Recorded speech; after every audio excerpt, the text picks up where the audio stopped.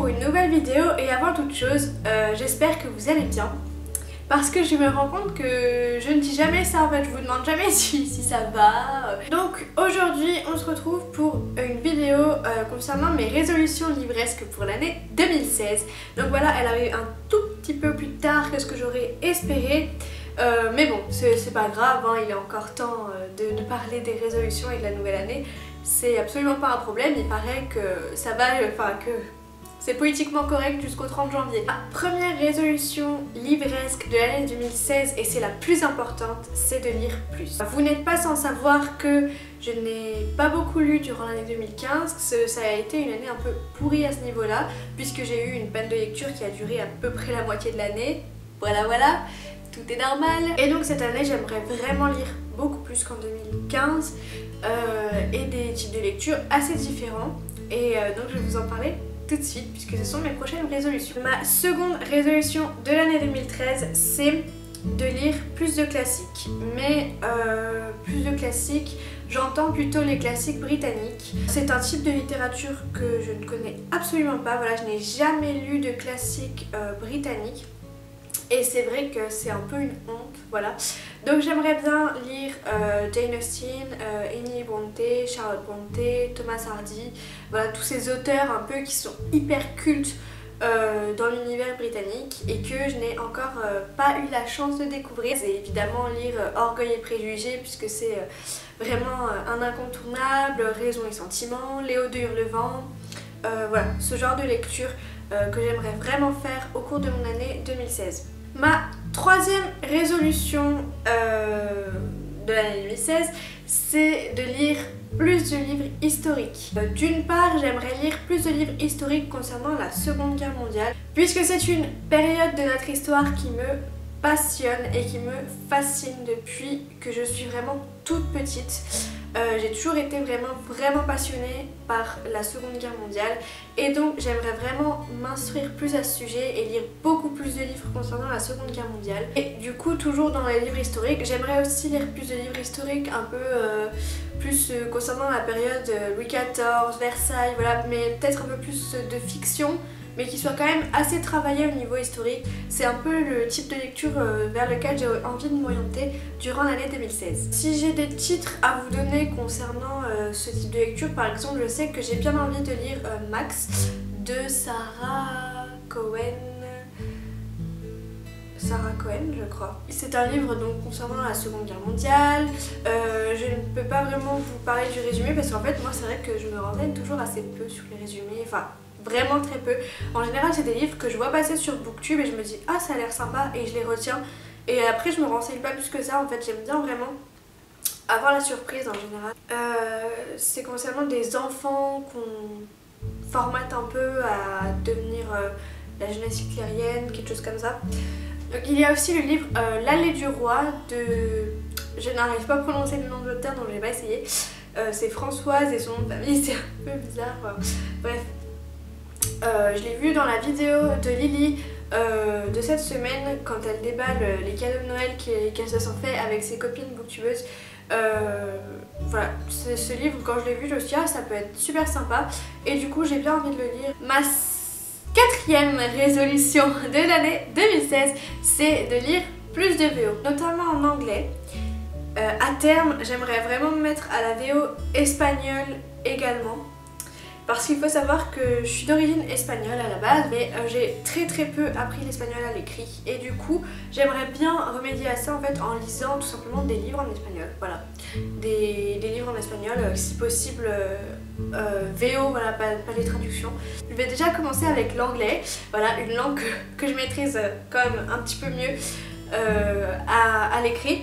Je n'ai quasiment jamais lu de VO, si ce n'est un livre en fait, c'était un Sherlock Holmes de Conan Doyle. Et en fait c'était justement une lecture qui vous poussait à entrer dans la lecture VO. Donc en fait c'était, c'est-à-dire qu'il y avait une page en anglais, une page en français, une page en anglais, une page en français.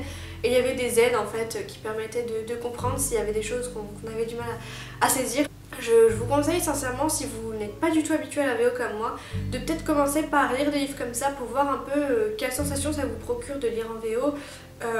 Voilà, si vous appréciez, si pas du tout. Je trouve que c'est vraiment bien pour se mettre dedans doucement et quand même donner un rythme à la lecture au début, parce que c'est vrai que je pense que quand on se lance dans un livre en VO tout de suite en entier, un truc assez compliqué, on peut peut-être trouver la lecture un peu longue et un peu molle, même si le livre est génial. Je vous souhaite lire vraiment un livre VO complet. Et j'aimerais commencer par les Harry Potter, évidemment. Voilà, ça ne surprendra personne, je pense. Et j'aimerais du coup commencer par lire les Harry Potter en VO dans la collection Bloomsbury.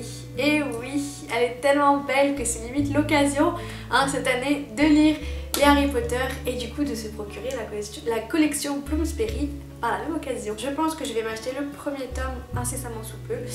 Je crois que ça se dit pas. Bon, très prochainement on va dire, puisqu'il y a aussi un livre là qui me fait mais... Enfin j'en peux plus, il faut vraiment que je me l'achète là, c'est l'horreur. Je sais pas pourquoi je l'ai pas acheté avant, mais c'est le tome 2 de Lux. Et voilà, je vous avais parlé de Lux il me semble, ou pas? Mais si je vous ai pas parlé de Lux, il faut que je le fasse. C'était juste mon coup de cœur de l'année 2015, voilà.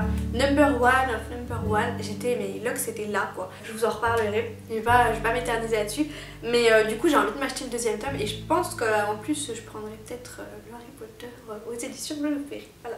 Je m'excuse si ça a un petit peu bougé.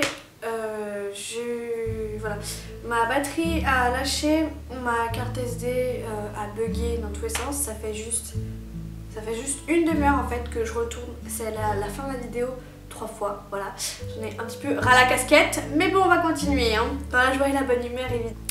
Ma 5e résolution de l'année 2016, c'est de lire plus de livres de développement personnel. Et là je parle de résolution, mais bon c'est plutôt... ça va pas être dur à tenir quoi, parce que ce sont les lectures que j'ai le plus envie de faire en ce moment. Ce sont les lectures que j'apprécie le plus en ce moment. Et du coup j'ai envie de continuer comme ça parce que je trouve que ce sont des lectures très inspirantes, voilà, très stimulantes et très motivantes. Voilà, tout simplement j'ai envie de travailler sur moi, sur ma vie, etc. Et du coup c'est typiquement le genre de lecture qui correspond à tout ça. Donc j'ai déjà entamé l'année avec plusieurs lectures, enfin 2 lectures de développement personnel qui déjà m'ont fait beaucoup de bien.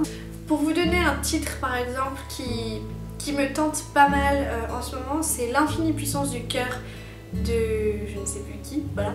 Mais c'est un livre dont j'ai pas mal entendu parler et il paraît qu'il est vraiment super intéressant, super inspirant et qu'il révolutionne un peu notre façon de penser. Apparemment le cœur a vraiment une importance fondamentale dans notre vie, dans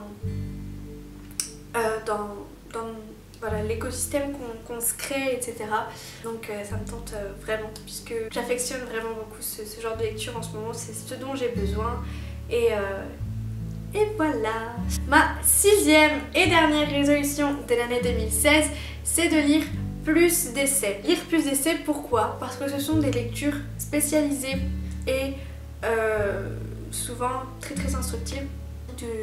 De lire des trucs un peu pour m'instruire, et c'est vrai qu'en ce moment ce sont des lectures vers lesquelles j'ai envie de me diriger aussi.